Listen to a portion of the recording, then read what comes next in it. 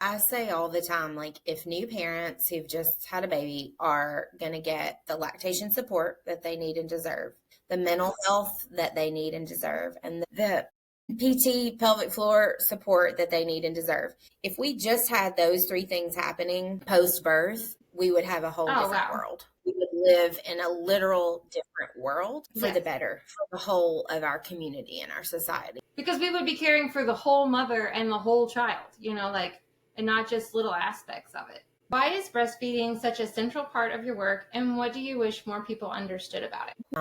So if I can help take some of that away, then that feels pretty important to me to help support people. So I think that's important. And like I just said too, I think connecting with someone when they're at their most vulnerable, man, it's such a privilege and an honor to like hold that space for people. Yeah.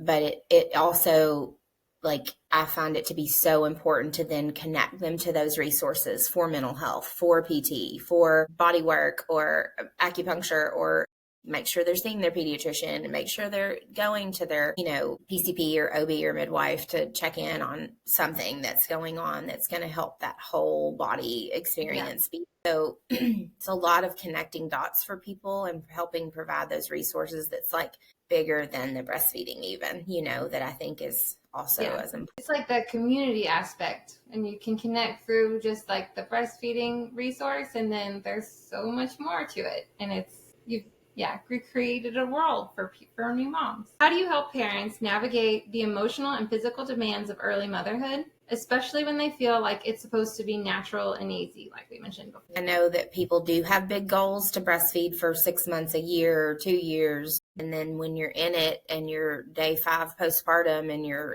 haven't had more than 2 hours of sleep in 5 or 6 days, I mean, all that can go out the window pretty quick. So that can feel so overwhelming for people. So breaking it down into smaller bites and goals for people can really be something that feels more manageable for them. Sleep is a big thing, everybody's tired. And so how can we navigate that and continue to let them, feed their baby at the breast if that's their goal, or work on building and growing their milk supply, or pumping and providing bottles, or whatever they decide and want to be as their goal. How can we also help them have a plan to get some sleep? So day 4 or day 5, like we're talking about that in that first visit, because, that only improves their mental health and that only improves everything else when that's improved.